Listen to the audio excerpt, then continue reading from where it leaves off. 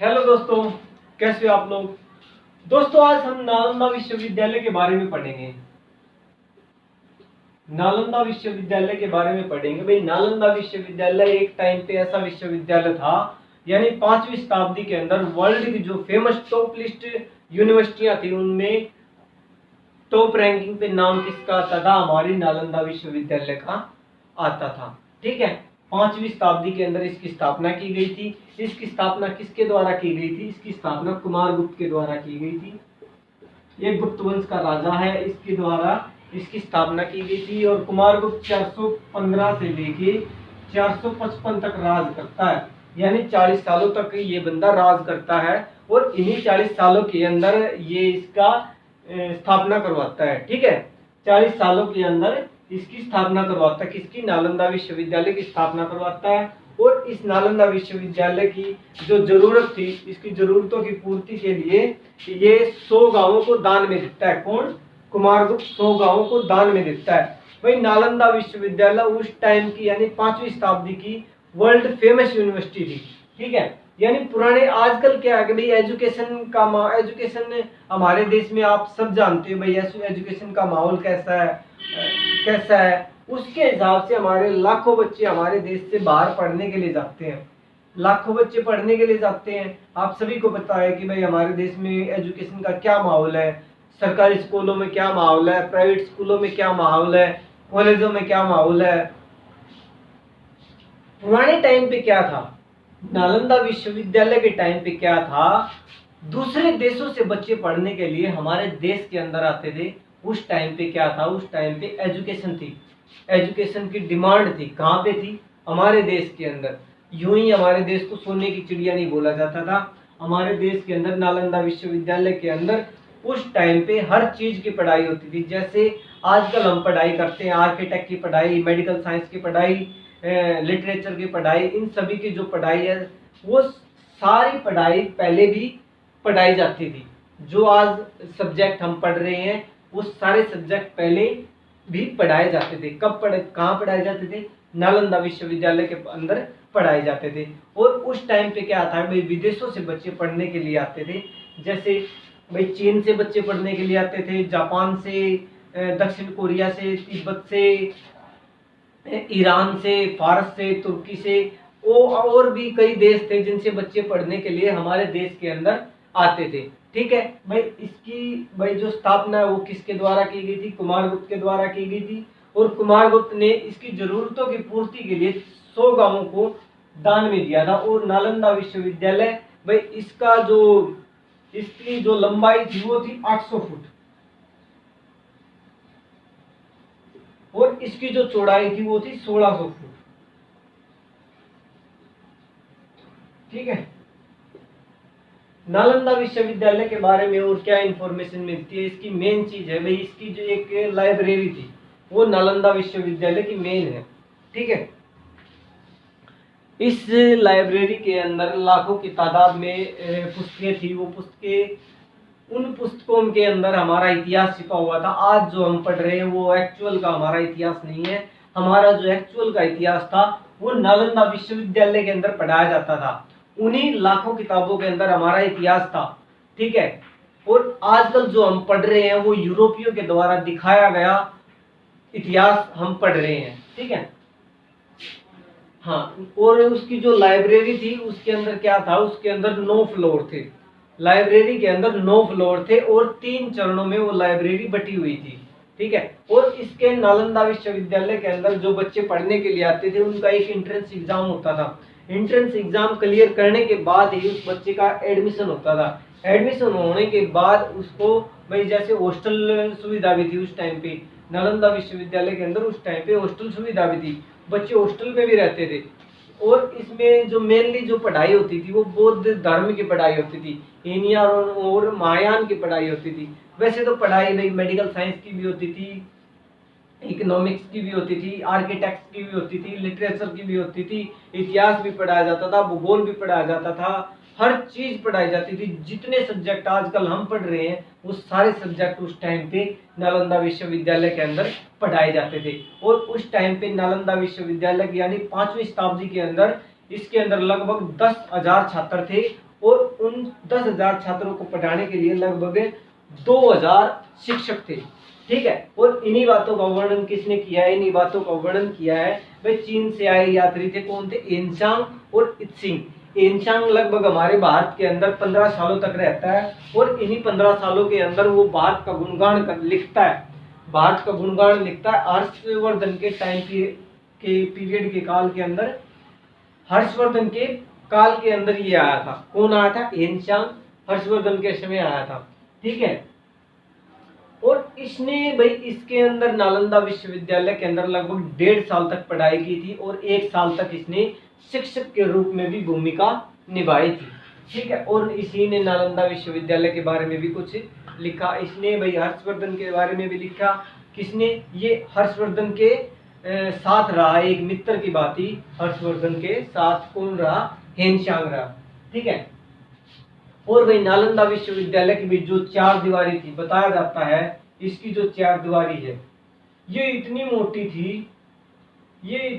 थी कि भाई इस 4 दीवारी के ऊपर, यानी इतनी चौड़ी थी इस 4 दीवारी के ऊपर, भाई कोई भी व्हीकल है जैसे बस लगा लो, ट्रक लगा लो, वो इस 4 दीवारी के ऊपर से चल सकता था।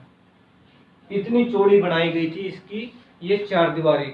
ठीक है, यानी इतनी विद्यालय के अंदर और क्या था कि भाई और उसके अंदर 300 प्लस कमरे थे और प्रत्येक कमरे में पत्थर से बनी हुई ऐसी चौकी होती थी और इन्हीं चौकियों के ऊपर बच्चे सोते थे और प्रत्येक कमरे के अंदर ऐसे आले बने हुए थे और इन्हीं आलों के अंदर, यानी जैसे भाई मोमबत्ती वगैरह रख दी, कोई दिया सराय रख दी, किताबें रख दी, इस तरीके की चीजें रखने के लिए उसके अंदर आले बनाए हुए होते थे। क्या? आले।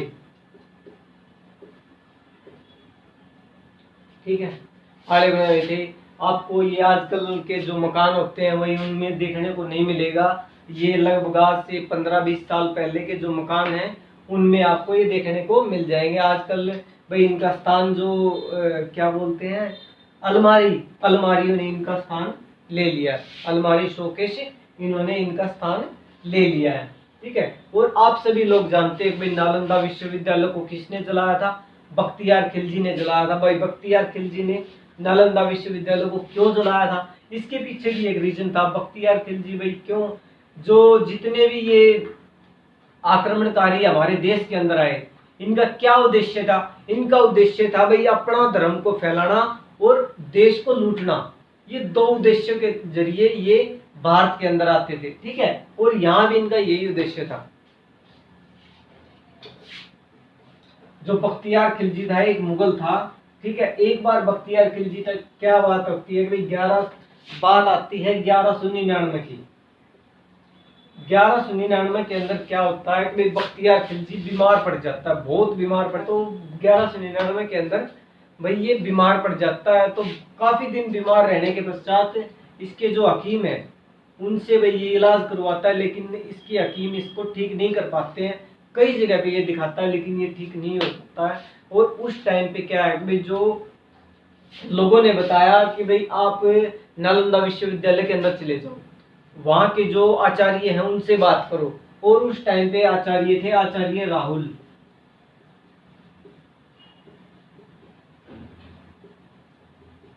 उनसे बात करो। ठीक है, ये इनके पास आना नहीं चाहते थे, लेकिन क्या हुआ कि भाई इनकी तबीयत बहुत बिगड़ गई और इसी वजह से बख्तियार खिलजी को आचार्य राहुल जी के पास आना पड़ा। और आचार्य राहुल जी को ये शर्त रखते हैं इनके पास कि भाई मेरे ऊपर आप किसी भी हिंदुस्तानी दवा का यूज नहीं करोगे। भाई आचार्य राहुल ने स्वीकार कर लिया। ठीक है, अगर मैं आपसे ठीक नहीं हुआ, ये कंडीशन शर्त रखता है कौन? बख्तियार खिलजी। अगर मैं आपसे ठीक नहीं हुआ तो मैं आपको जान से मार दूंगा। बख्तियार खिलजी, इसने आचार्य राहुल ने ये दोनों बातें इसकी स्वीकार कर ली। और राहुल क्या करता है, ये आचार्य राहुल जी क्या करते हैं, ये इसको कुरान ला के देते हैं। ठीक है, कुरान ला के देते हैं किसको? बख्तियार खिलजी को कुरान ला के देते हैं और इस कुरान को आप पढ़ो। ये क्या कहते हैं कि भाई ये इस कुरान को आप पढ़ो, तो जितना इस कुरान को पढ़ोगे आप उतने जल्दी ठीक होगे। तो बख्तियार खिलजी क्या करता है कि भाई जैसे कोई किताब है, हम कैसे पढ़ते हैं, ऐसे पढ़ते हैं, ठीक है, ऐसे किताब पढ़ते हैं, तो उस किताब के जो पन्ने होते हैं उन पन्नों पे ये किसी औषधि को लगा देता है, ठीक है, और वो औषधि जैसे ऐसे करके पड़ता है, ऐसे वो उसके मुंह के अंदर यानी उसके उसको वही स्वस्थ कर देती है, वो औषधि उसको बख्तियार खिलजी को स्वस्थ कर देती है। और ये बात इसको चुभ गई, ये बात इसको चुभ गई कि भी मेरे जो हकीम थे उनके पास इतना ज्ञान नहीं जो कि आचार्य राहुल जी के पास है। अगर इनके पास ये ज्ञान रहा, अगर इन भारतीयों के पास, इस नालंदा विश्वविद्यालय के पास इतना ज्ञान रहा, तो ये पता नहीं कहां से कहां जाएगा। ये बात किसको चुभ गई? बख्तियार खिलजी को। तो बख्तियार खिलजी ने क्या किया? बख्तियार खिलजी ने फैसला कर लिया नालंदा विश्वविद्यालय को तहस नहस करने का।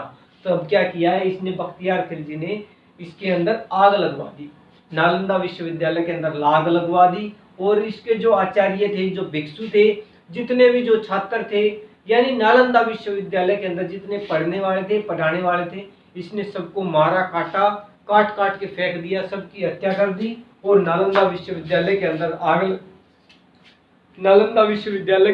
आग लगा दी, ठीक है। और उस टाइम पे जो लाइब्रेरी थी उसमें लगभग 3 महीनों तक आग जली।